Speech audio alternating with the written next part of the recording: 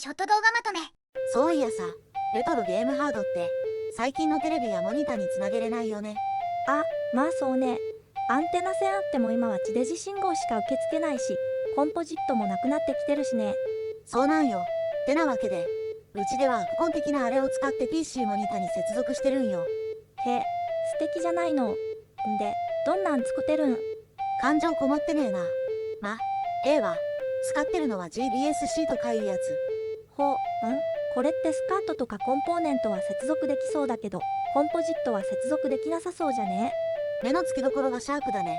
実はこのアンプコン、コンポジットが刺さんないから、接続したきゃ、もう一個必要になるんだよ。マジで？マジ。本気と書いてマジで。ちな、うちでは同じところから出してるこれ使ってる。2つもつけなきゃいけないの？てか、これっていくらくらいすんの？ 2つで2万円近く。これって1つになってるやつってなかったの？実はある。GBS、C プロってやつ。これは2万3000円くらいあった。なんでこれにしなかったのよ。電気代2倍かかってアホらしいじゃん。買おうとしてた時、品切れだったんだよ。そっか、なんか、ごめん。これ使うとどんな画質になるかは、次の動画で紹介すっぞ。したって。おっす。そういやさ、前回のショート動画で GBS、C の画質を紹介するって言ってたじゃん。言ってたね。ごめん、ちょっと無理そう。なんでや。待て、100語持ってないね。ダメじゃねえか。一応、カメラで撮影してみたんだけどさ。ほう、見してみ。これが PC エンジンをコンポジットで接続したやつ。こっちがサターンを RGB ケーブルで接続したやつ。ちなみに GBS、C はスカート接続しかできないから、RGB21 ピンからスカートに変換するケーブルを使ってるよ。こっちはおまけ、S 端子接続。いまいちよくわかんねえ。てか、どうせなら同じ機種、同じタイトルでケーブル変えなさいよ。ライトもそう思います。でもさ、パッと見ドットもくっきり見えていい感じに見えんね。ところがぎっちょん、スマホのカメラで撮るとマシに見えるんだけど、肉眼で見ると大違いなんよ。まあ、最近のスマホカメラのアプリって補正入ってるっぽいもんね。そうなんす。てなもんで、キャプチャーボードでも通して録画した方が違いがわかるって寸法よ。なるほどな。まあそん時は同じ機種の同じソフトで比較しなさいな。よ。さて、いつ実現するのやら。ま、そのうちキャプチャーデバイス買うはいないな。では、今回はここまで。したって。バイ。ウィース。おっそっす。今日は何の話？前に100本買ったけど、脚度がないから画質が比較しづらいって話したじゃん。言ってたね。脚度買ったった。行動力の化身。ショート動画だからサクッと紹介すっぞ。今回使用したのはこちら。中基板。カヤのスーファミ。それにコンポジットと S 端子が一緒になってるケーブル。それからスカートケーブルを使って、それぞれの画質を比較していくぞ。まずは、おなじみ赤白黄色のケーブルだね。めっちゃボケてる。比較するソフトは、スーパーファミコンのランマ2分の1、爆裂乱闘編だよ。この作品はドット絵がめっちゃ良いんよね。ドット文のコミカライズ作品で有名な有賀仁先生がキャラグラ、ドットを担当されていたらしいっすよ。めっちゃステージ選択迷ってる。決まったみたい。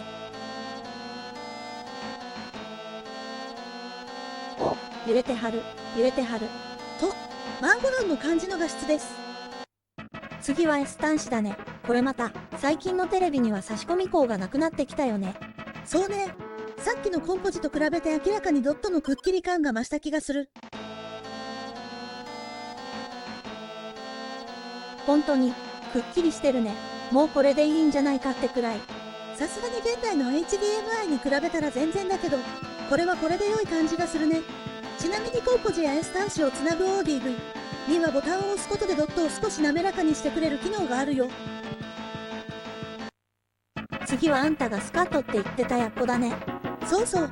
厳密には日本国内で出回ってたのが RGB ってやつで、海外で出回っていたのがスカートケーブルだったんだわ。呼び名が違うってこと？実際のピンの数やら割り当て場所やらが違うから、互換性はないのよ。そうなんだ。そうなんす。なので、GBS、C につなぐときには変換ケーブルが必要ってわけ。しかしあれね、メッシュみたいのが気になるけど、めっちゃ綺麗に映るね。高機能のスーファミならこのノイズ軽減してるとかしてないとか。ワンチップとかいうやつ？そうそう。誰かワンチってワンのスーファミくれ。寝言は寝てから言え。さて、最後は三種の比較ね。やっぱ RGB が一番綺麗な気がするな。自分はコンポジでもいいかななんて思ったり。ドットのカクカクが好きな人もいれば、嫌いな人もいるから一概にどれがいいとかは言えないよね。そうだね。まああれだね。キャプチャでもやっぱり肉眼で見るのとは結構違う気もするね。そうなんだけどね。さすがに前みたいにカメラ撮影よかは雰囲気が伝わったと思うよ。今後も、他の機種もケーブルが揃えば比較してみたいなとは思ってるよ。ネオジオなんかは相性悪いのか。RGB での接続に難があったりもするし、気になる人もいるかも。じゃ、今回はこれで。したって。バイ。ユーグリーンのキャプボはいかようなのか？おっそっす。Amazon プライムデー始まったね。そうだね。なんか買ったん？これ、お、なんかシンプルなデザイン。箱は割としっかりしてて安っぽくないね。裏にしっかり仕様が書いてるね。キャプチャー自体は 2K、30Hz と若干残念な感じはするかな。でも FHD60fps は撮れるみたいだね。まあ今のところこれで10分かなって感じかもね。そうだね。んで、梱包なんだけど、これまた結構しっかりしてるのよ。ほんとだ。なんかピッとしてていい感じね。同梱物は、USB の後シート HDMI ケーブル、それにマニュアルのシンプル構成。マニュアルはこっちは日本語でも記載されていて、こっちは日本語なし。なんでやねん。知らん。USB はこんな感じ。あ、先っちょが変えれるのね。まだまだ USB-C ポートがない PC も使われてるし、これは助かる。次は本体。上はこんな感じ。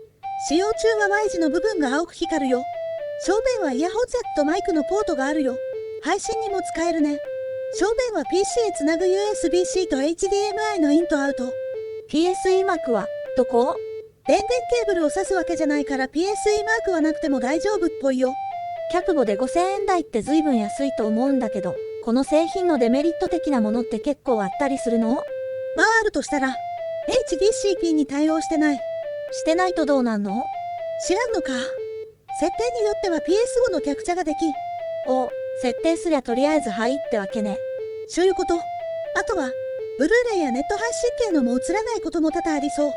あ、ダビング防止的なあれね。よ。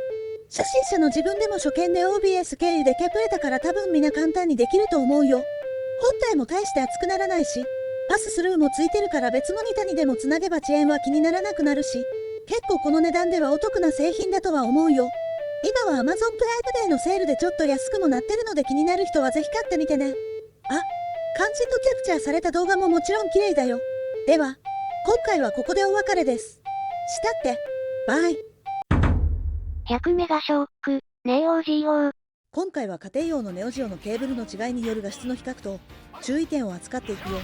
まずは、コンポジットからどうぞ。これはいつも通り、おなじみの感じね。やっぱり映すのに2個も機械がいるってのはどう考えても無駄だよな。続きまして RGB 接続。なんじゃこりゃ。全体的に白いし、軟化上部分は乱れてるし、おまけにフレームが飛び飛びなのです。スコアが見れねえ。こんな状態でよくダイナマイトイズの落とし決めれたねあんた。兄ちゃん。これは個体差によるものなのか、それともネオジオは ES 特有のものなのかはよくわかんないんだけど、GBS-C の設定で多少マシになるよ。この画面はなん？スマホなんかで GBS-C を Wi-Fi で接続で見れる設定画面やで。